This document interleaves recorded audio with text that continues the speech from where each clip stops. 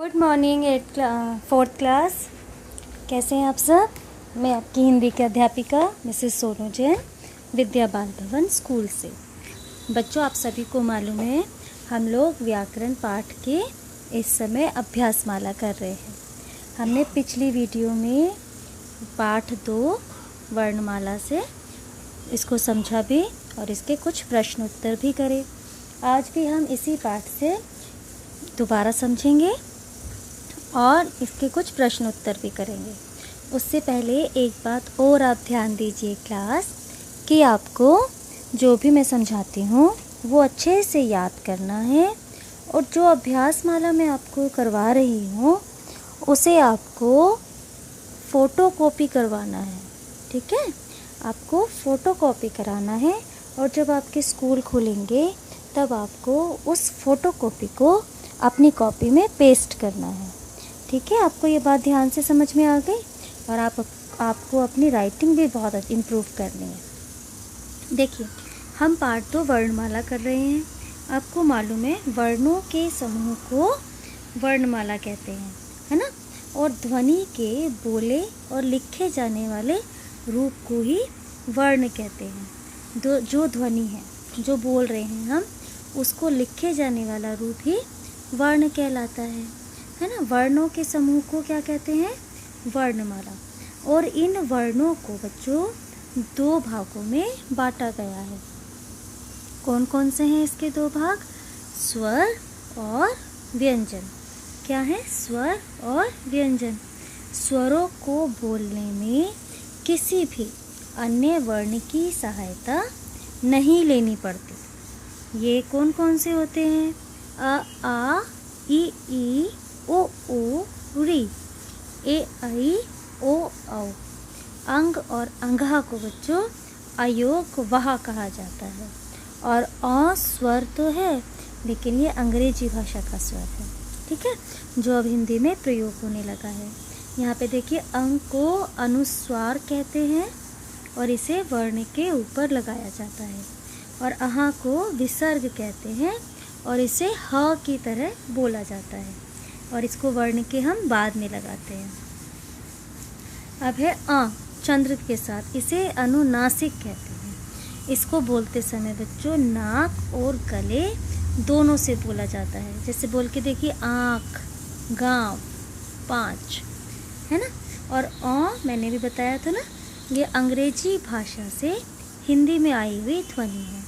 इसका उच्चारण अ की तरह होता है, जैसे बॉल, डॉक्टर, ऑफिस, कॉलेज।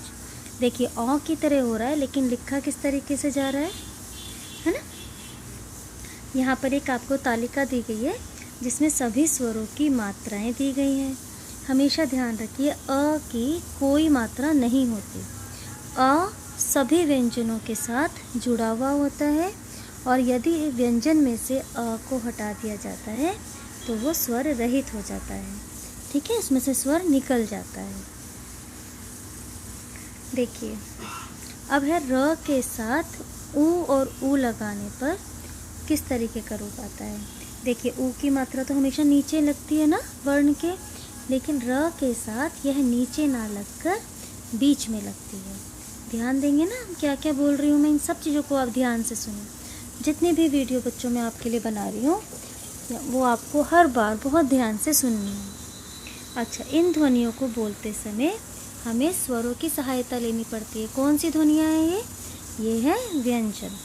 व्यंजन आप बोलेंगे तो आपको स्वरों की सहायता से ही व्यंजन बोले जाते हैं। ठीक है, बोलिए फिर से, स्वरों की सहायता से व्यंजन बोले जाते हैं। देखिए, जब कोई व्यंजन बिना स्वर के लिखा जाता है तो उसके नीचे हल चिन्ह लगाते हैं, जैसे क, ख, ग। देखिए, इन सब के नीचे हल चिन्ह लगाया गया है ना, हलन जिसे हम बोलते हैं। क्यों? इसको लगाने का मतलब यह है कि हल चिन्ह लगाने का अर्थ यह है कि इसमें से स्वर को निकाल दिया गया है। अब देखिए, ड़ और ढ का प्रयोग। भाषा में इनका व्यापक प्रयोग किया जाता है। ड, ढ वर्णों के नीचे बिंदु लगाकर ड़ और ढ ध्वनियाँ बनती हैं। इन्हें भी व्यंजन के रूप में ही माना जाता है। ठीक है, इनको भी व्यंजन ही माना जाता है। अच्छा, अब देखिए आप ज और फ, ये जो ध्वनियाँ हैं ये अरबी और फारसी भाषा से हिंदी में आई हैं। ज और फ के नीचे लगी बिंदी नुक्ता कहलाती है। क्या कहलाती है? नुक्ता। इसके प्रयोग से शब्द के अर्थ में बदलाव आ जाता है। ठीक है, जैसे फ न फन, इसका अर्थ हुआ सांप का फन, लेकिन जब हम फ न फन बिंदु के साथ लिखते हैं तो उसका अर्थ हुआ हुनर या कला। जमाना बर्फ या दही जमाना, जमाना दुनिया। ठीक है, उसके बाद बच्चों संयुक्त व्यंजन क्या होते हैं? जहाँ पर दो व्यंजनों को जोड़कर एक अलग व्यंजन बना दिया जाता है। जैसे देखिए क और श को जोड़ा तो क्या बन गया? श, है ना। त और र को जोड़ के त्र। ऐसे ही संयुक्त व्यंजन और भी होते हैं जब दो व्यंजन जोड़े जाते हैं लेकिन दोनों को ही लिखा जाता है। पहला स्वर रहित होता है और दूसरा स्वर सहित व्यंजन होता है। फिर आते हैं बच्चों द्वित्व व्यंजन। द्वित्व व्यंजन में एक जैसे ही दो व्यंजन, दो वर्ण होते हैं जिनको कि आपस में जोड़ा जाता है। उन्हें हम क्या कहते हैं? द्वित्व व्यंजन। क्या कहते हैं? द्वित्व व्यंजन।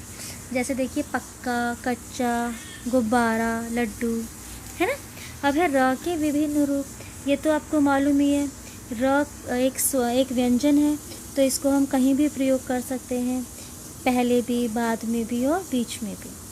लेकिन जब र स्वर रहित होता है तब इसे, जब र से पूर्व कोई वर्ण स्वर रहित होता है तो र को उस वर्ण के नीचे लगा दिया जाता है। देखिए जैसे क्रम, है ना, इसको हम रा का पदेन रूप बोलते हैं। रा का एक और पदेन रूप है ये वाला, देखिए ये है रा का दूसरा पदेन रूप। ये जो ट वर्ग होता है ना मेनली उसमें लगता है ये वाला रूप। ठीक है, और क्या होता है? रेफ रूप होता है र का। र का जब र खुद ही स्वर रहित होता है तो वह अपने अगले वर्ण के ऊपर लगता है। जैसे देखिए कर्म, है ना, र स्वर रहित है और म स्वर सहित है।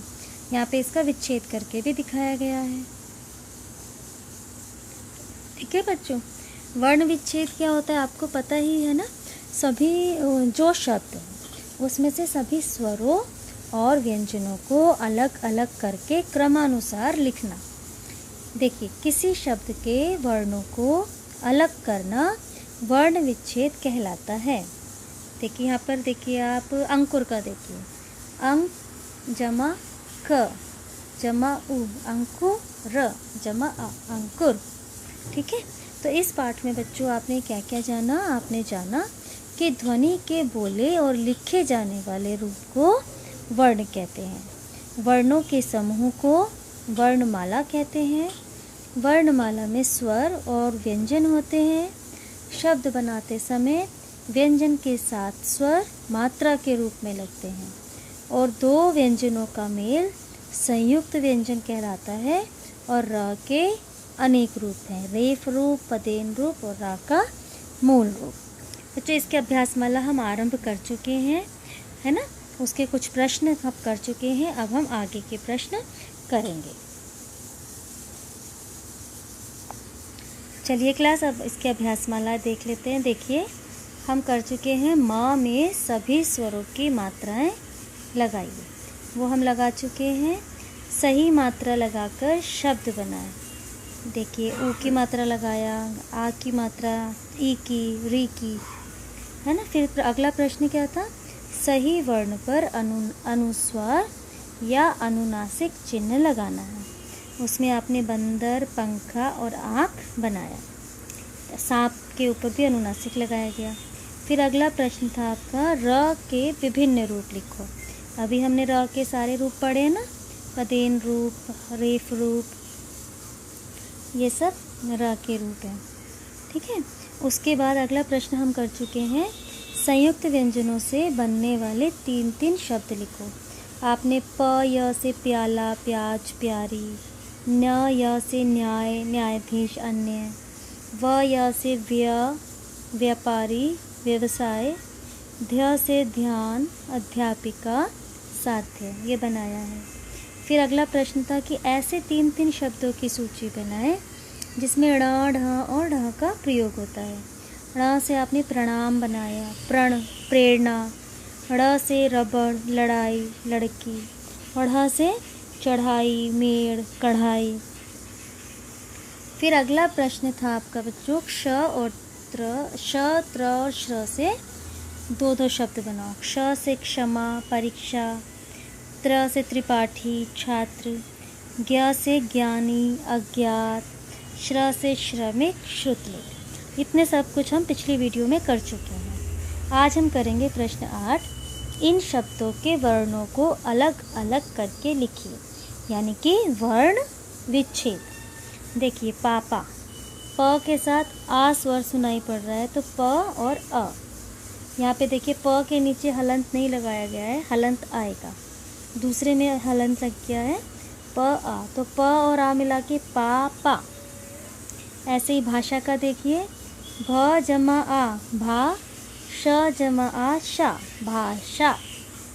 घर का देखिए, घ जमा अ घ, र जमा आ र।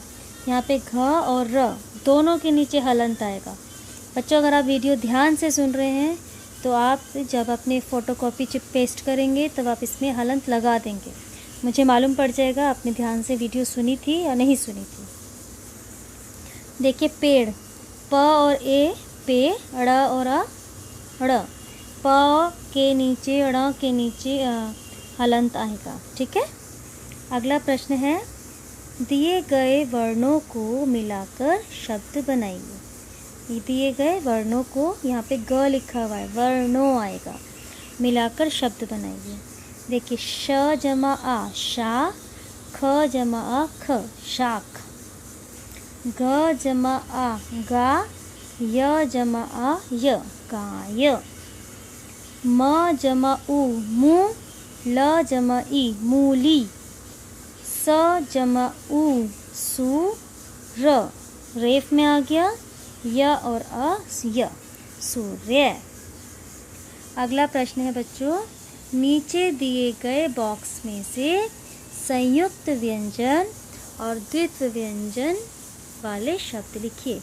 बच्चों यहाँ पर आपको एक बॉक्स दिया गया था जिसमें कि संयुक्त और द्वित्व व्यंजन मिक्स करके दिए हुए थे। उसमें से मैंने छांट दिए हैं। संयुक्त व्यंजन है चिट्ठी मस्तक। देखिए चिट्ठी में क्या जुड़ा है, ट और ठ। मस्तक में स त, नमस्ते में भी स त, पुस्तक में भी स त, और विश्वास में श व। ठीक है। अब आती है द्वित्व व्यंजन की बारी। द्वित्व व्यंजन में देखिए एक समान व्यंजन होते हैं ना, सच्चाई में च, गुब्बारा में ब, मक्का में क, अम्मा में म और कच्चा में च। ये द्वित्व व्यंजन में जुड़े हुए शब्द हैं। तो बच्चों आज हमने इस के पाठ 2 के 10 प्रश्न तक कर लिए हैं। आपको इन्हें याद करना है। ठीक है क्लास, क्या करना है आपको, इन्हें याद करना है। याद करने के बाद जब आपके स्कूल खुलेंगे तब आप इन्हें अपनी कॉपी में पेस्ट कर लेंगे, लेकिन लर्निंग आपको अभी से स्टार्ट कर देंगे। ओके।